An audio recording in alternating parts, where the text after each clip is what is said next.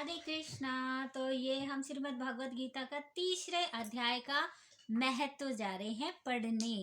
हमारे कान्हा जी पढ़ेंगे, मुझको भी सुनाएंगे और आपको भी सुनाएंगे। तो सुनिए। श्री भगवान जी कहते हैं, प्रिय जन स्थान में एक जड़ नामक ब्राह्मण था जो कौशिक वंश में उत्पन्न हुआ था।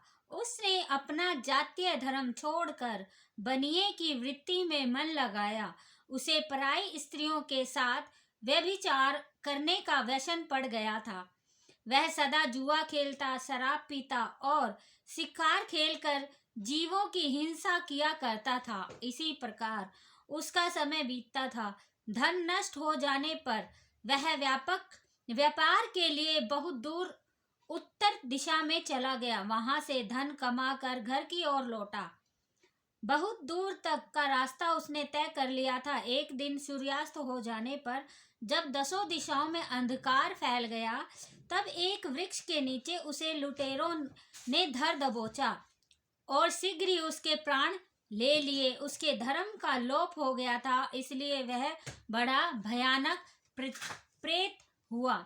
उसका पुत्र बड़ा धर्मात्मा और वेदों का विद्वान था। उसने अब तक पिता के लौट आने की राह देखी। जब वह नहीं आए, तब उनका पता लगाने के लिए वह स्वयं भी घर छोड़कर चल दिया। वह प्रतिदिन खोज करता, मगर राहगीरों से पूछने पर भी उसे उनका कुछ समाचार नहीं मिलता था। तदंतर एक दिन एक मनुष्य से उसकी भेंट हुई जो उसके पिता सहायक थे।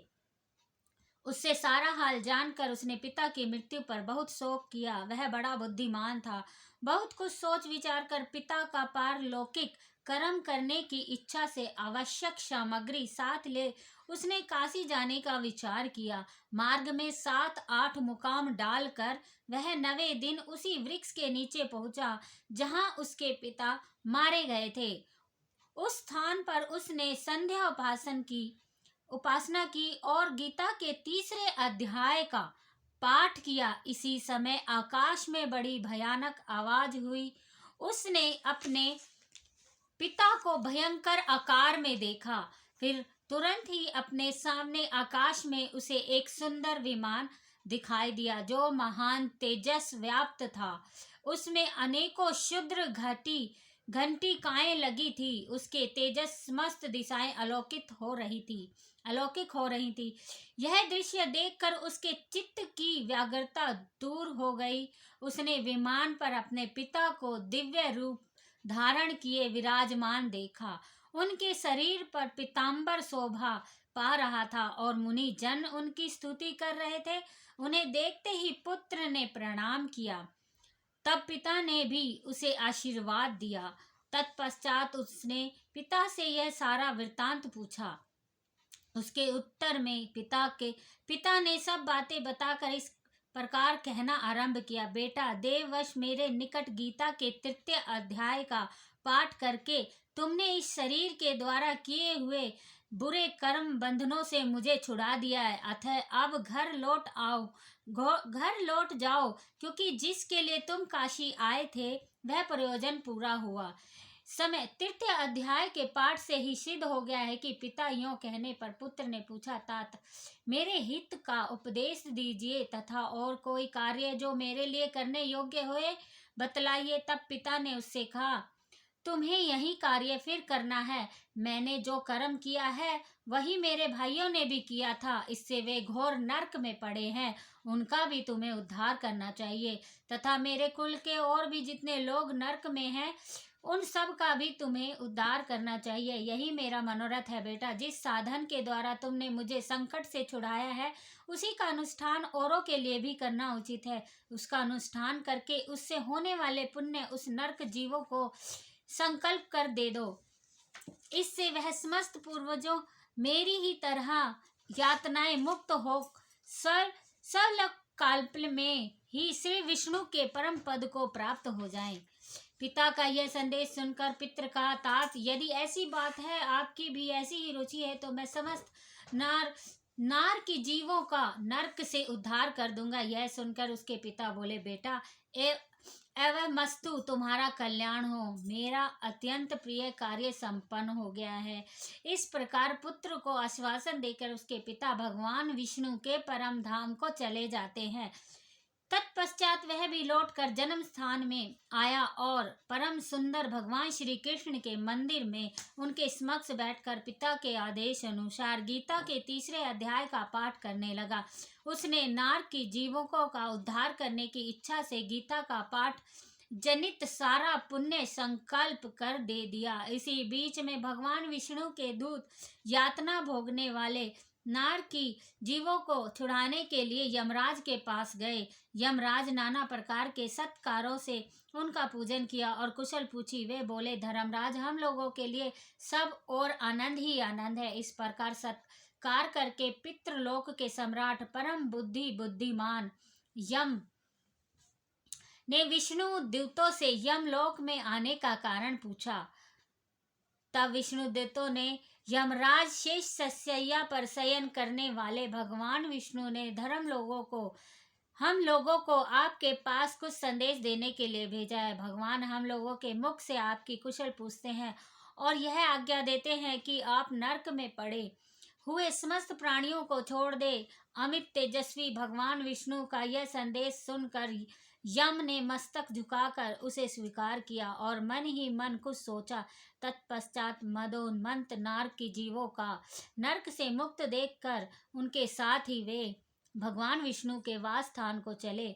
यमराज श्रेष्ठ विमान के द्वारा जहाँ क्षीर सागर है वहां जा पहुंचे। उसके भीतर कोटि कोटि सूर्यों के समान कांतिमान नील कमल दल के समान सही श्याम सुंदर लोकनाथ जगत गुरु श्री हरि विष्णु भगवान जी श्री हरि उनका दर्शन किया। भगवान का तेज उनकी सैया बने हुए शेषनाग के फनों की मणियों के प्रकाश से दुगना हो रहा था। वह आनंद युक्त दिखाई दे रहे थे। उनका हृदय प्रसन्नता से परिपूर्ण था। भगवती लक्ष्मी अपनी सरल चितवन से प्रेम पूर्वक उन्हें बार बार निहार रही थी। लक्ष्मी चारों ओर योगी जन भगवान की सेवा में खड़े थे। उन योगियों की आंखों के तारे ध्यान नष्ट होने के कारण निश्चल प्रतीत हो रहे थे। देवराज इंद्र अपने विरोधियों को परास्त करने के उद्देश्य से भगवान की स्तुति कर रहे थे। ब्रह्मा जी के मुख से निकले हुए वेदांत वाक्य मूर्तिमान होकर भगवान के गुणों का गान कर रहे थे। भगवान पूर्णतः संतुष्ट होने के साथ ही समस्त योनियों की ओर से उदासीन प्रतीत होते थे। जीवों में से जिन्होंने योग साधना के द्वारा अधिक पुण्य संचित किया था उन सबको एक साथ वे कृपा दृष्टि से निहार रहे थे। भगवान अपने रूपभूत अखिल चराचर जगत को आनंदपूर्ण दृष्टि से अमोदित कर रहे थे।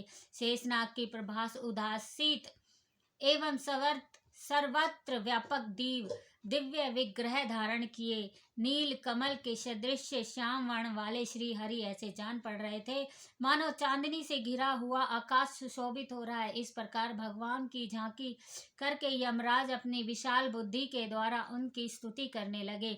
यमराज बोले, संपूर्ण जगत का निर्माण करने वाले परमेश्वर, आपका अंतःकरण अत्यंत निर्मल है। आपके मुख से ही वेदों का प्रादुर्भाव हुआ है। आप ही विश्व स्वरूप और इसके विधायक ब्रह्मा हैं। आपको नमस्कार है। अपने बल और वेग के कारण जो अत्यंत दुर्धर्ष प्रतीत होते हैं ऐसे दानवेंद्रों का अभिमान चूर्ण करने वाले भगवान विष्णु को मेरा नमस्कार। पालन के समय सत्वमय शरीर धारण करने वाले विश्व के आधारभूत सर्वव्यापी श्री हरि को मेरा नमस्कार। समस्त देहधारियों की पातक राशियों को दूर करने वाले परमात्मा को मेरा प्रणाम।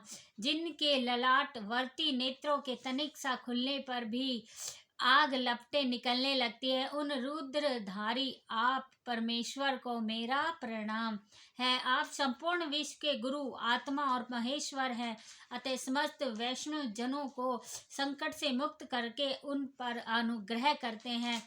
आप माया से विस्तार को प्राप्त हुए, अखिल विश्व में व्याप्त होकर भी कभी माया अथवा उसमें उत्पन्न होने वाले गुणों से मोहित नहीं होते हैं। माया जनित गुणों के बीच में स्थित होने पर भी आप पर उनमें से किसी का प्रभाव नहीं पड़ता है।